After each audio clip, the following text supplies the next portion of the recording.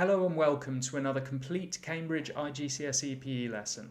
In this video we'll break down and simplify 11 recent past exam questions on Chapter 6, Health and Wellbeing. If you enjoy this video, consider subscribing to the channel, give the video a thumbs up and check out the complete exam preparation course on Udemy, which contains literally everything you need to excel in your IGCSE exam and nothing more. Check the link in the description to find out more. Let's begin.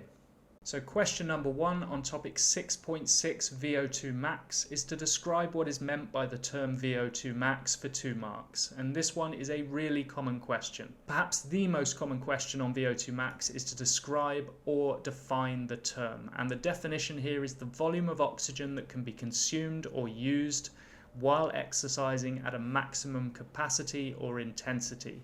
So there are 2 parts to the question there, and I get 1 mark for the first section and 1 for the second. Now the mark scheme says that we get 1 mark for each part of the description. So the volume of oxygen that can be used or consumed, or the rate of use of oxygen, so 1 mark for any of those 3 points, and while exercising at a maximum level or maximum capacity. So that's a really important thing to include.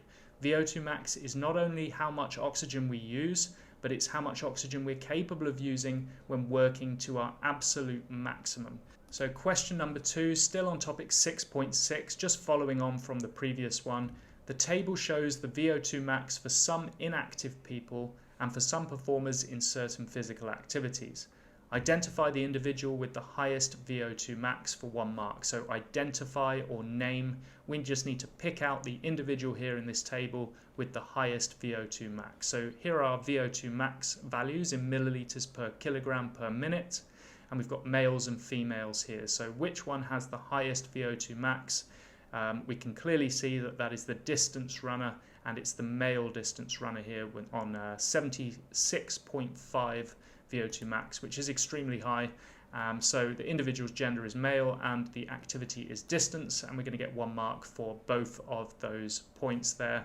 And there's the mark scheme. And our next question, still on topic 6.6, so moving on again, suggest 1 reason why the inactive individuals and the shot putters have smaller VO2 max levels. So the shot putter and the inactive individuals here, very similar VO2 max levels, and we've got to suggest 1 reason. So a simple question again, suggest why those inactive individuals and shot putters are relatively similar in terms of how much oxygen they can consume in their body. Well, oxygen consumption and VO2 max links to cardiovascular endurance or stamina. It links to aerobic fitness, and shot putters do not train to improve their aerobic fitness.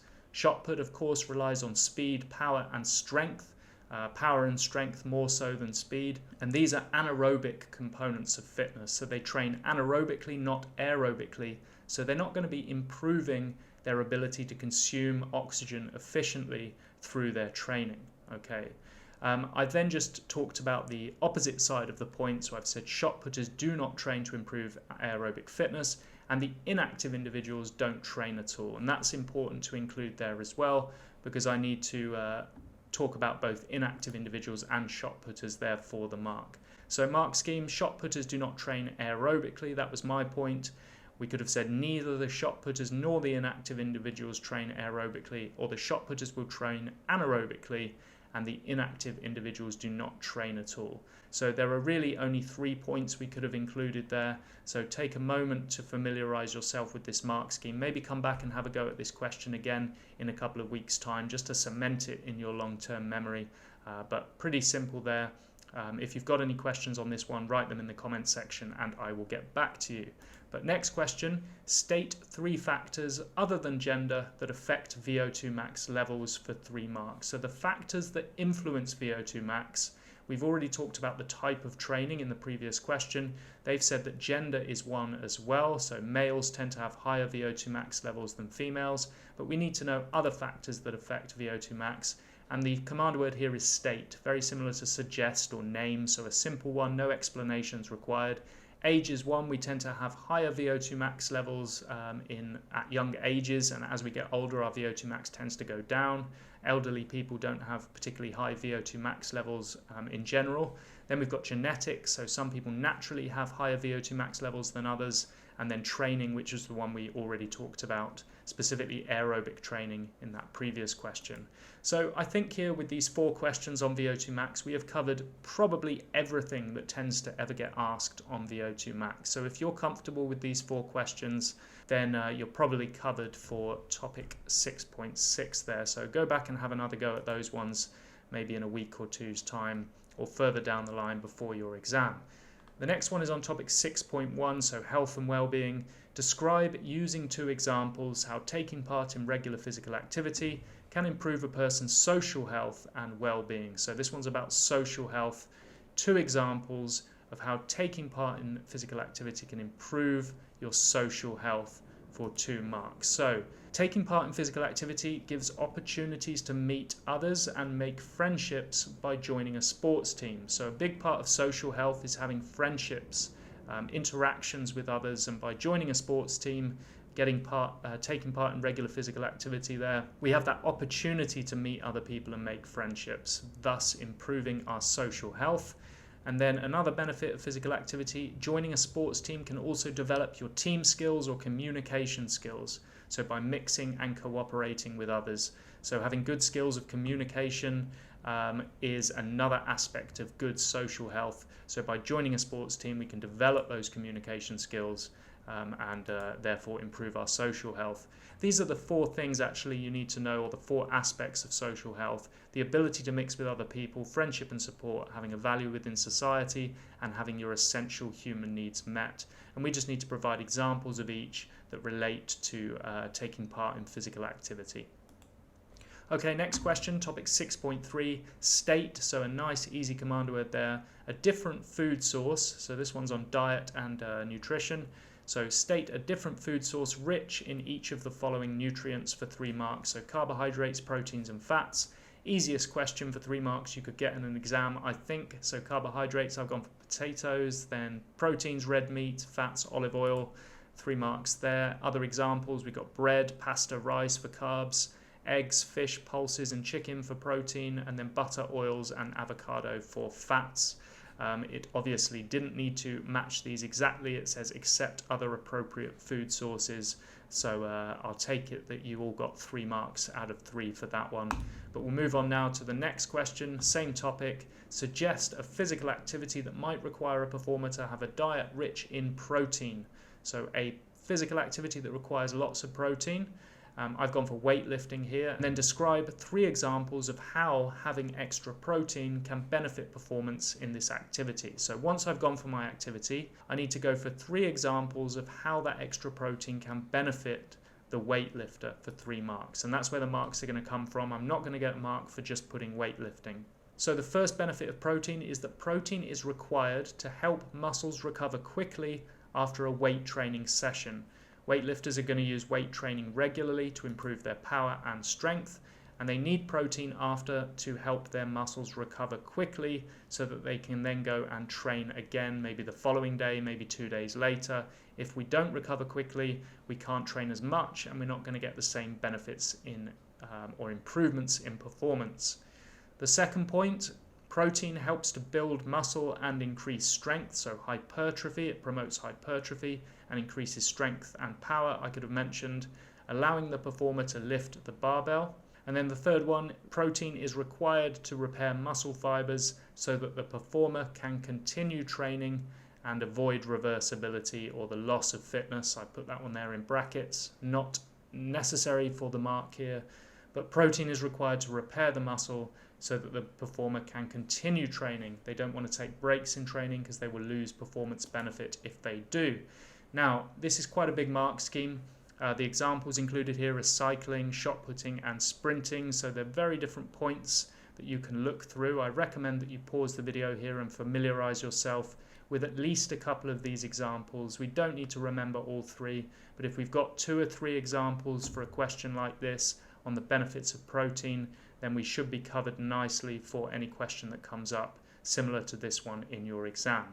Okay, next question, state what happens to a performer when energy input exceeds energy output for 1 mark. And the answer is the performer will gain weight or gain fat mass. Okay, so if we consume more energy, more calories than we use or than we burn, those additional calories will be stored in the form of fat. So there's your mark. Gain weight, become overweight, or become obese, or fat, all for 1 mark. So a really simple question there. Next one, topic 6.5. A performer joins a running club to improve their fitness in preparation to run a long distance race, a local long distance race. Before the performer takes part in a training program, a coach tests their cardiovascular endurance. Name and describe a test to measure the cardiovascular endurance of the performer. So a really long worded question here, but actually the question just starts here. Name and describe a test to measure the cardiovascular endurance of the performer for 4 marks. So we're going to get 1 for naming and then 3 for describing. I've gone for the 12-minute Cooper run test. The other one was the bleep test or multi-stage fitness test. Make sure you call it the multi-stage fitness test. If you went for that one, the bleep test will likely not get you a mark. We will check the mark scheme though in a moment. But the 12-minute Cooper run, my description is that performers run as far as possible in a 12-minute period. A measured course is used with cones placed at regular intervals so that the exact distance covered can be identified. And then finally, the distance is calculated and the score is compared with normative data, which is a point you should always include when describing a fitness test. The score should be compared with normative standardized data so that you can have an idea of how well you got on. There's lots of different points I could have included here. I only needed 3 of them. There are 6 points we could have put down and another 6 for the multi-stage fitness test as well. These are ones that get asked about quite a lot for cardiovascular endurance, so make sure you're familiar with the test protocols of the multi-stage and the 12-minute Cooper run. And yes, it is multi-stage fitness test. Don't write bleep test in your exam. Okay, next question. An untrained performer joins an athletics club to try and get fit to run in a long distance race. Name and describe a test a coach might use to assess the performer's stamina. So it's exactly the same question as the previous one. In fact, if we go back, this one was from November 2020 paper 2, and then this one's from November 2020 paper 3. So another paper in the same series, exactly the same question. So that illustrates my point. You must learn the names of tests. All of the different fitness tests are important for all of the different components of fitness, and you need to know how to describe the protocols, and you will get questions like this very regularly for different components of fitness. So multi-stage fitness test this time. Performers complete 20-meter shuttle runs in time with the bleeps on a recording. The time between the bleeps gets progressively shorter. When performers can no longer maintain the pace or keep up with the pace, the level and the number of shuttles achieved within that level are recorded, and then scores are compared with normative data again, which you should always include for any test. I'll say it for a 3rd time. I've got my 3 marks here already in the first half of my explanation, but I wanted to write the whole protocol out, which you should as well in your exam if you have enough time. So there's exactly the same mark scheme for you. Take a look through and pause the video if you need to, but we'll move on to the next question again on 6.3. So diet and energy sources. Explain 3 reasons why people may have different energy needs. Okay, so we all need a different number of calories in our diet. Some people use much more energy than others and therefore need to eat more.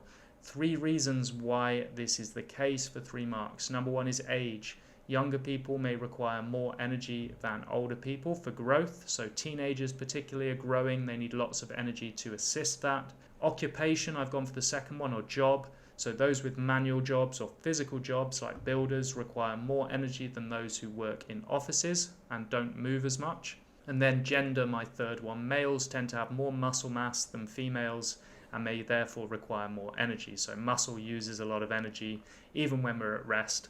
And males tend to have much greater muscle mass than females and therefore require more energy as a result. So there are my 3 answers. What else could we have gone for? We have age, gender, lifestyle. So those who have an active lifestyle need more energy, quite obviously. Occupation, I mentioned. Climate. If you live in a cold climate, you need more energy to maintain your body temperature. So maintenance of body temperature uses up a lot of energy, a lot of calories. So if you live in a cold place, you tend to eat more. Pregnancy, so pregnant women need more energy to allow the fetus to grow. And genetics, so people have a higher metabolism naturally, some people do, and therefore would need more energy as well. But that was the last question for this session on Chapter 6, Health and Wellbeing.